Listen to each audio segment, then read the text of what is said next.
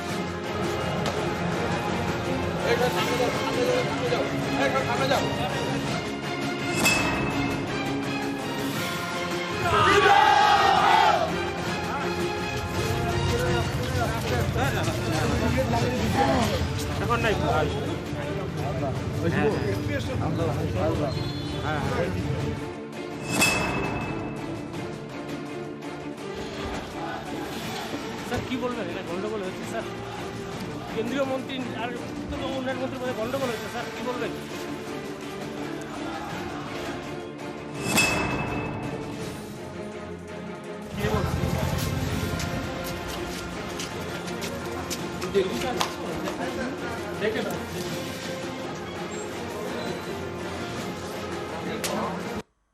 দিনহাটায় যখন এরকম পরিস্থিতি, তখন কোচবিহারে এরই মধ্যে বোমা উদ্ধারের ঘটনা ঘটলো, এবং তা তুফানগঞ্জে। নাটাবাড়ির মারুগঞ্জের বিজেপি অফিসের সামনে ছড়িয়ে ছিটিয়ে পড়ে বোমা। বুথ সভাপতি দোকানের সামনে কারা তাজা বোমা রাখলো, সেই ঘটনায় এই মুহূর্তে তদন্ত করে দেখা হচ্ছে। তৃণমূলকে দোষারোপ বিজেপি নেতৃত্বে, যদিও অভিযোগ খারিজ করা হয়েছে। এর আগে বিজেপির এমপি 5 বছর আগে জিতে এলাকার মানুষের খোঁজখবর রাখেনি, তাদের নেতারা মানুষের সঙ্গে যোগাযোগ রাখেনি। আজকে বিজেপি নেতারা মানুষের বাড়ি গিয়ে ভোটটা চাইবে, সেই ভোটটা তাদের নেই।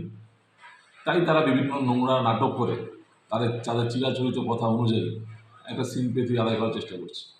তাই মারুগঞ্জের লোক বিচার করবে যে মারুগঞ্জের শান্তিটা কারা বজায় রাখছে, আর কারা শান্ত মারুগঞ্জটাকে অশান্ত করার চেষ্টা করছে। বুথ সভাপতির দোকানে বম মেরে দুষ্কৃতীরা পালিয়ে যায়। তারপরে 1 ঘন্টা পরে আবার আমাদের পার্টি অফিসে একটা বম মারে। এইভাবে দুষ্কৃতীরা ভোট আসছে যেন সাধারণ মানুষ ভোট না দিতে পারে, এই প্রকল্প চালিয়ে যাচ্ছে। মারগঞ্জের টিএমসির হারমাত বাহিনী কালকে সারা রাত পুরো মারগঞ্জ অঞ্চলে দাপিয়ে বেরিয়েছে, যেন বিজেপির লোক ঘর থেকে বেরোতে না পারে, ভোট প্রচার যেন না করতে পারে। অভিষেকের ইডি তলবে এবার স্থগিতাদেশ দিল সুপ্রিম কোর্ট। 10ই জুলাই পর্যন্ত অভিষেককে তলব করা যাবে না। দিল্লিতে অভিষেকের ইডি তলবে স্থগিতাদেশ সুপ্রিম কোর্টের।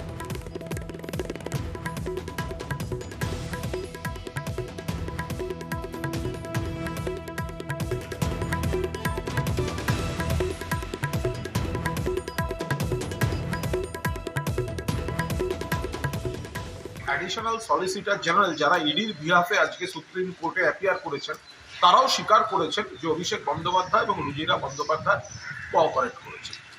ফলে সুপ্রিম কোর্টের অবজারভেশনে যে এতে তাড়াহুড়োর আর কোনো কারণ নেই। আর এখন উনি তো ইলেকশনের কাজেও ব্যস্ত থাকবেন মাননীয় সাংসদ। ইলেকশনের পরে নেক্সট ডেট ফিক্স করেছেন সুপ্রিম কোর্ট, এবং তার আগে যে ইন্টারিম অর্ডার ছিল সেটাই জারি থাকবে। আরে তদন্ত তো বন্ধ হয়ে যায়নি, মামলা খারিজ করে দেয়নি। দিল্লিতে ডেকে দিল্লির লাড্ডু খাওয়াতে পারবে না, কিন্তু কলকাতায় থাকবে। কলকাতায় জল ভরা তালচাষ নিয়ে ইডি সিবিআই উপস্থিত থাকবে। দপ্তরেও ডেকে পাঠাতে পারে, বাড়িতেও যেতে পারে, সেখানে কোনো বাধা নেই। এখন এটা সম্পূর্ণ তদন্তের বিষয়, তদন্তকারী সংস্থা বলবে আর আদালত বলবে। আমরা চাই প্রকৃত তথ্য সামনে চলে আসুক। সুপ্রিম কোর্টে যেতে হচ্ছে কেন? সুপ্রিম কোর্টে তোমরা যাচ্ছ ইডির জিজ্ঞাসাবাদ থেকে বাঁচার জন্য, আর সন্দেশখালী হত্যাকারীকে বাঁচানোর জন্য সুপ্রিম কোর্টে যাচ্ছ। বাকি বাংলার 100 দিনের কাজের মানুষরা যে তাদের প্রাপ্য থেকে বঞ্চিত, তার জন্যে আইনের অধিকার আদায় করতে সুপ্রিম কোর্টে তোমরা গেলে না। এই বদনামে বাংলার মানুষ দেখছে। টাকা উদ্ধারে একযোগে কংগ্রেস এবং তৃণমূলকে আক্রমণ অমিত শাহ। দুর্নীতি করলে কড়া ব্যবস্থার ইঙ্গিত দিলেন অমিত শাহ। ममता जी के मंत्री के घर से 51 करोड़ रुपया मिलता है।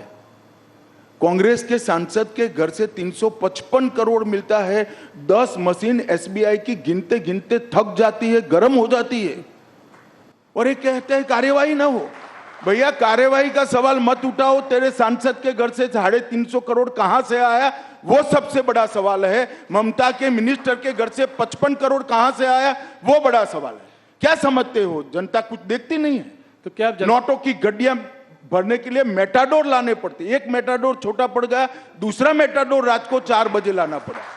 ये कहां जाने वाला था पैसा? राहुल बाबा बता सकते हैं देश की जनता को? ये 355 करोड़ जो कांग्रेस के सांसद के घर से पकड़े, किसके? इसका जवाब देना चाहिए उनको, और बाद में ईडी कार्यवाही नहीं करे। ऐसा नहीं होगा। जो करप्शन करेगा उस पर कठोर कार्यवाही होगी, और जेल की सलाखों के पीछे भी जाएंगे। এদিকে ইডি সিবিআই নিয়ে সুর চড়ালেন তৃণমূলের সর্বভারতীয় সাধারণ সম্পাদক অভিষেক বন্দ্যোপাধ্যায়।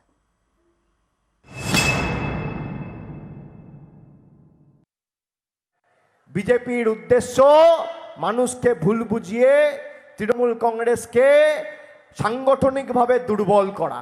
তাই জন্য কথায় কথায় সবার বাড়িতে ইডি আর সিবিআই।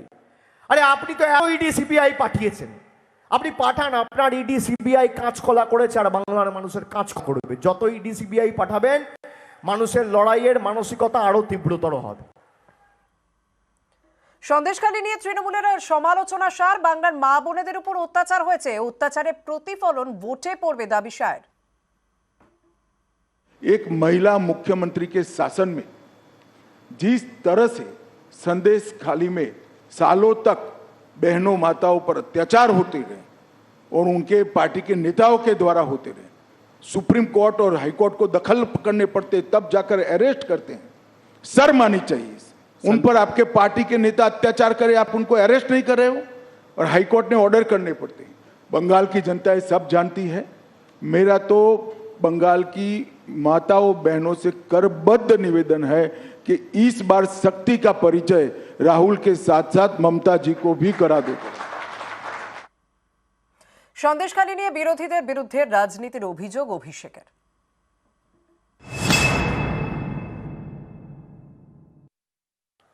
শেখ শাহজাহানকে সিবিআই ইডি অ্যারেস্ট করেনি, মমতা ব্যানার্জির পুলিশ অ্যারেস্ট করেছে। পার্থ চ্যাটার্জি জ্যোতিপ্রিয় মল্লিককে মন্ত্রিসভা থেকে বার করে দলীয় ব্যবস্থা অন্য কোনো দল নয়, তৃণমূল কংগ্রেস নিয়েছে। যারা নারী নির্যাতন নিয়ে কথা বলছিল, অভিযোগ ছিল উত্তম সর্দারের বিরুদ্ধে, শিবপ্রসাদ হাজরার বিরুদ্ধে। আজকে 15 দিন হয়ে গেছে সিবিআই এদেরকে হেফাজতে নিয়েছে, নেয়নি। কোন রাজনৈতিক দলের নেতা কর্মীরা আর সন্দেশখালিতে যাচ্ছে না। শেখ শাহজাহানকে গ্রেপ্তার করো, আপনারা সেই উত্তম সর্দার শিবু হাজরাকে কেন গ্রেপ্তার করছেন না, কেন হেফাজতে নিচ্ছেন না? আজকে হয়তো আমি বলে দিলাম, এবার 4 দিন পর হেফাজতে চাইতে পারে নাটক করে।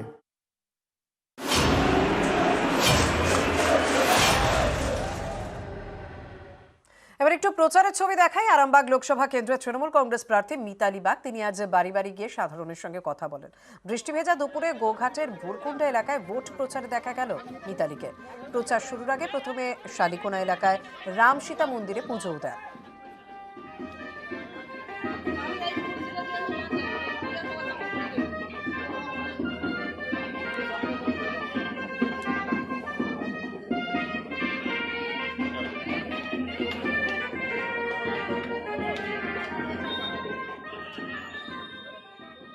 তৃণমূল কংগ্রেসের কোনো কর্ম বৃষ্টি না হলে বেশ জমজমাট হয়ে ওঠে না, একদম জমে ক্ষীর, একদম জমজমাট।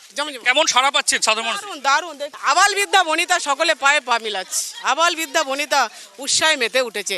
ভোট মানে কি একটা উৎসব আকার রূপ নিয়েছে আজকে কুমারগঞ্জ অঞ্চলে। এখনো তো অন্যান্য যে রাজনৈতিক দলগুলি তারা কিন্তু প্রার্থী তালিকা ঘোষণা হয়নি, সেই জায়গাটায় কতটা কাজে লাগাচ্ছে? দেখুন, আমার একটা আমাদের গান আছে, তোমার কর্ম তুমি করো মা, লোকে বলে করি আমি। কে কি করলে দেখার দরকার নেই, আমাদের কর্ম আমরা করে যাচ্ছি।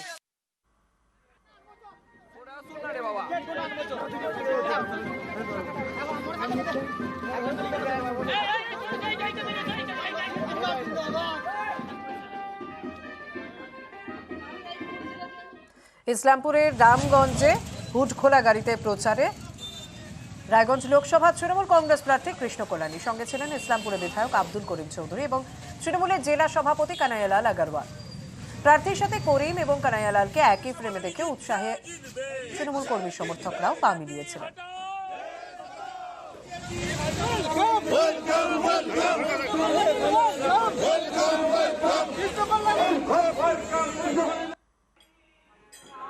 হুগলিতে লকেটের প্রচার, পান্ডুয়ার বৃষ্টিতে প্রচারে বিঘ্ন। কিছুক্ষণ প্রচারের পর পার্টি অফিসে কার্যকর্তাদের সঙ্গে বৈঠক করেন লকেট।